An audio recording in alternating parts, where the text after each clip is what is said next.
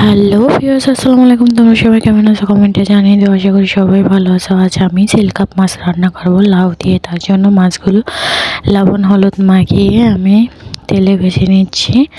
তো কড়াইটা গরম দিয়েছি, কড়াই গরম হওয়ার পরে তেলে মাছগুলো এক এক করে সবগুলো দিয়ে দিলাম। তো লাউ দিয়ে রান্না করলে সিলকাপ মাছ কিন্তু ভালোই লাগে, তার জন্য মাছগুলো কড়া করে ভেজে নিতে হয়। তো এইদিকে আমি মাছগুলো কড়া করে ভেজে নেব। মাছগুলো ভেজে নিচ্ছি। এখন মাছগুলো উল্টিয়ে দিচ্ছি ফিট হওয়ার জন্য।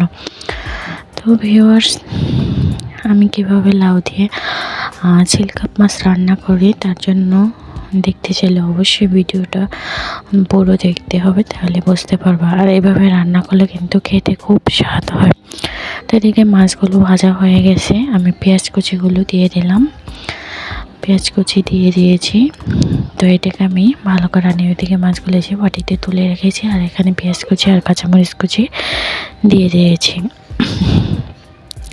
এখন ভালো করে এটাকে বাদামি কালার করে নেব। তো ভিউয়ার্স,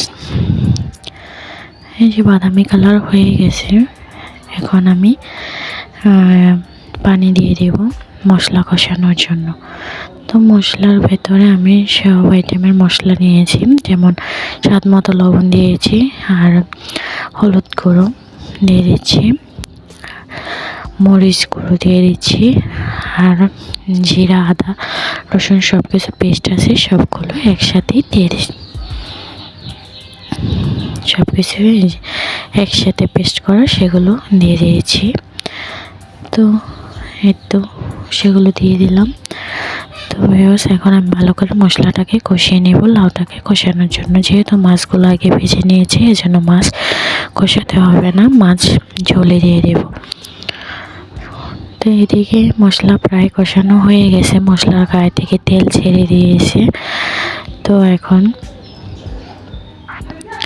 এই যে লাউগুলো দিয়ে দিলাম, লাউটা এখন ভালো করে কষিয়ে নেব। মশলার সাথে ভালো করে কষিয়ে নিলে লাউটা কিন্তু খেতে ভালো লাগে। আর আমি লাউর পিসগুলো বেশি মোটা মোটা করে নিয়ে একটু চিকন চিকন করে কেটেছি, যাতে লাউটা তাড়াতাড়ি সিদ্ধ হয়। যেহেতু মাছের লাউ চিকন চিকন পিস করলেই কিন্তু ভালো হয়। তো এদিকে প্রায় মশলার সাথে মেশানো হয়ে গেছে, এখন আমি ঢাকনা দিয়ে ঢেকে দিলাম তরকারিটা যাতে তাড়াতাড়ি সিদ্ধ হয়ে এসে আর হয়ে যায়। তো আবার একটু আমি নাড়াচাড়া করে দিচ্ছি, মশলার সাথে ভালো করে মাখিয়ে নিচ্ছি।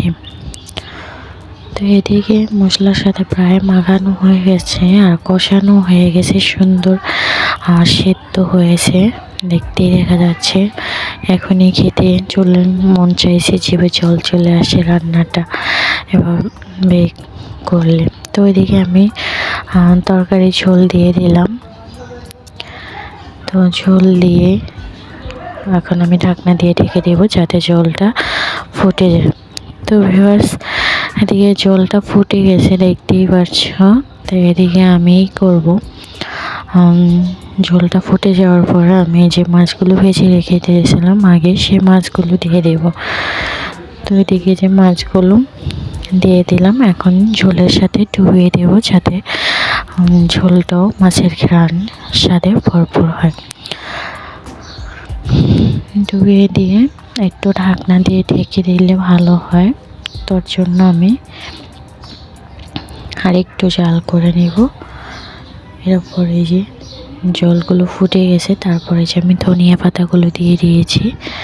ঢাকনা দিয়ে ঢেকে দিয়েছিলাম, দেখানো হয়নি সেটা তোমাদের। তো এদিকে জল সব কিছুই ফুটে গেছে, জলটাও ঘন ঘন হয়ে আসছে। মাছগুলো আমি একটু উল্টিয়ে পাল্টিয়ে দিচ্ছিলাম। তো এদিকে তরকারি বেশ হয়ে গেছে। এখন আমি যেটাকে যে বলে নামিয়ে নেব সেটাকে আমি ভাজ করে নিয়েছি। এরপর আমি তরকারিটা নামিয়ে নিলাম। এই তো আমার তরকারি ফাইনাল লুক। ভিউয়ার্স, ভিডিওটা ভালো লাগলে অবশ্যই কিন্তু আমার চ্যানেলটাকে সাবস্ক্রাইব করো এবং পাশে থেকে লাইক কমেন্ট শেয়ার করে দিও।